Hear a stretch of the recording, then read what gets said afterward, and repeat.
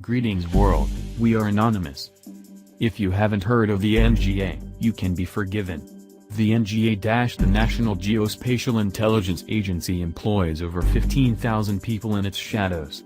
The NGA is the cutting-edge spy agency that oversees the surveillance trade. Forget the CIA and NSA. This newish acronymic organization, taking its new existence, started as the National Photographic Interpretation Center in World War II, in 2003, is massive. Billions are granted for budget, and in 2011, its main building measured 4 football fields long and covers as much ground as 2 aircraft carriers, costing $1.4 billion to complete. James Bamford reported for Foreign Policy this month how even President Obama, 5 months into his presidency, didn't know of this agency. So, what do you do?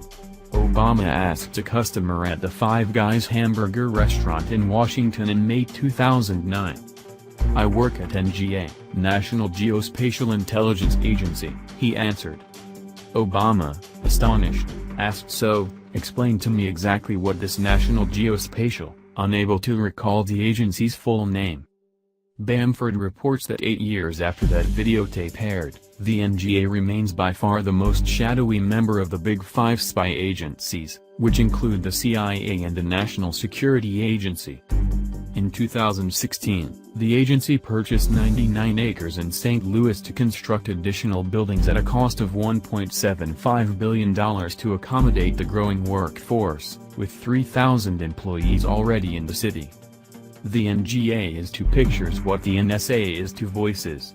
Its principal function is to analyze the billions of images and miles of video captured by drones in the Middle East and spy satellites circling the globe.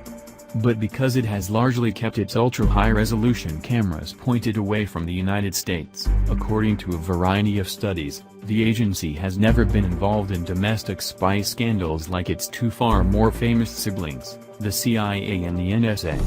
However, there's reason to believe that this will change under President Donald Trump. Before the name switched to NGA, the agency was largely tasked with cartography.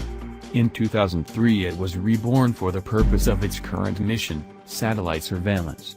They work closely with the U.S. Air Force, collecting and analyzing aerial surveillance through the use of drones and other unmanned systems. They play a crucial role in gathering U.S. intelligence, including the intelligence gathering and replication of bin Laden's compound for SEAL Team 6.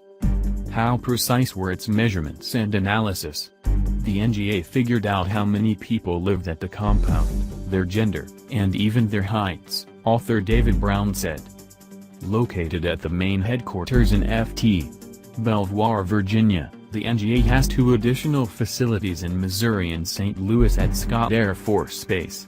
Ironically, Lieutenant General James Clapper, better known for his position as the Undersecretary of Defense for Intelligence and Director of National Intelligence, arrived at NGA, then known as NEMA, only 2 days after 9/11 occurred. Clapper recalls his transformative years with the agency. "The events of 9/11 changed all that. It became clear to me and to the other senior leaders of NEMA that we did not have the luxury of implementing change over a prolonged period of time. We were at war and we needed to act immediately. So, we held a long weekend off-site at which we dramatically altered the organization and outlook of the agency. In hindsight, this was exactly the right thing to do. Our nation, and our agency, was fully engaged in a war and we had no choice but to focus on doing the best we could." Should we be worried? Currently, the NGA is one agency set to benefit under the requested $70.3 billion laid out for the 2017 U.S. intelligence community budget. The Trump administration is set to bolster the amount, taking the total amount for the Pentagon's 2017 fiscal budget to a whopping $541 billion. The NGA falls under the Pentagon category as a highly classified Pentagon intelligence agency. This leads to the worrying observation that the NGA may soon be granted more authority. The aerial system used against Iraq and Afghanistan may soon be used against the American people, Bamford reports. with the capability to watch an area of 10 or even 15 square miles at a time. It would take just 2 drones hovering over Manhattan to continuously observe and follow all outdoor human activity, night and day. It can zoom in on an object as small as a stick of butter on a plate and store up to 1 million terabytes of data a day. That capacity would allow analysts to look back in time over days, weeks, or months. Technology is in the works to enable drones to remain aloft for years at a time.